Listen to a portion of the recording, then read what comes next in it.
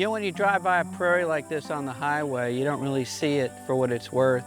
Folks just go right on by and don't really understand the value that it is to the ecosystem and ultimately to them. I don't think I thought about prairies at all until I understood them. Look at there. Wow.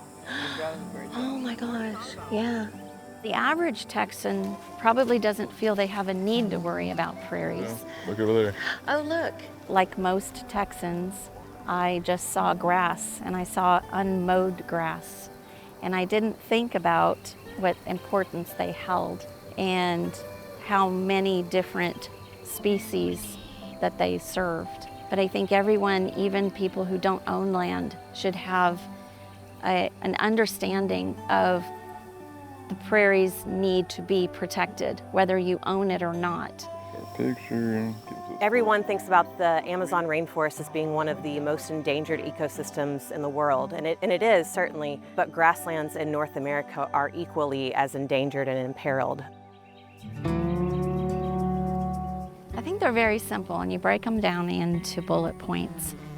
They are the grocery store, they are the carbon sequestration, their water filtration, protection from flooding, their nesting material, their habitat, their recreation, and it's a whole living ecosystem. When you do nothing in these prairies over a period of time, those perennial grasses will eventually dominate. Elder Prairie Preserve is a 203-acre protected prairie owned by Native Prairies Association of Texas. It was donated to us after Virginia Elder's passing. She wanted to see this property protected in perpetuity for wildlife. So you see these like earthworm castings here, mole cricket.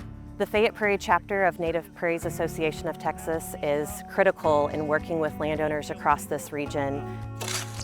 These chapter leaders are landowners, and they're helping other landowners, their neighbors, people in their community learn the right tools for stewardship and care for the land. We did it.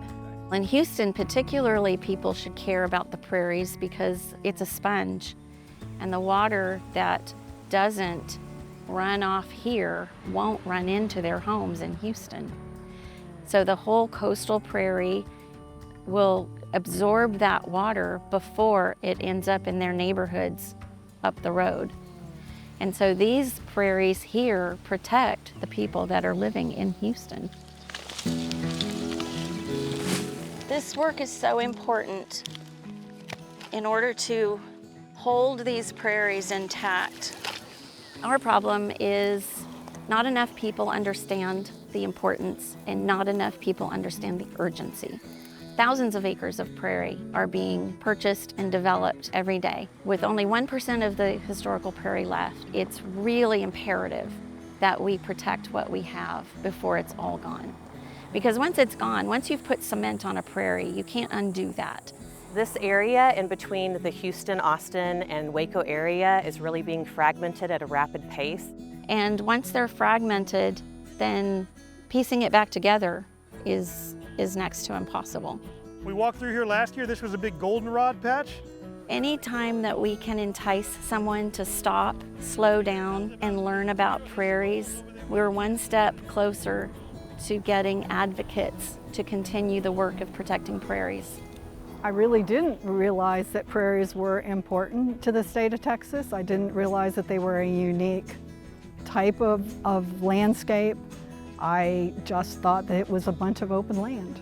A lot of times when we plant restorations, folks. I definitely understand now that the plant communities that they support, the wildlife that they support, the entire support for the food web comes from the prairies. So I now have a much different understanding of what a prairie means than I did when I first started looking for land in the country.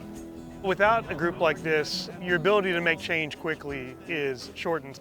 When you have the ability of somebody to expand that message for you, and it's not just one voice in the wilderness, it's a really big deal to save these systems that are becoming so unique and rare on the landscape compared to what they used to be.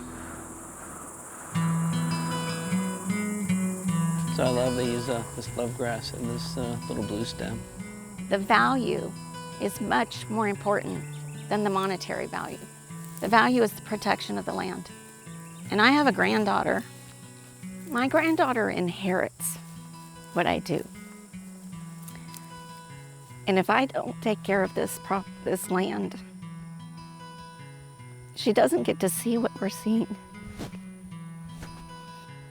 When she gets stressed, she says, I need to go touch grass. She needs grass to touch. Prairie doesn't just feed wildlife. It feeds our souls. Our well-being relies on it. You can't let that get away from you. That's worth protecting.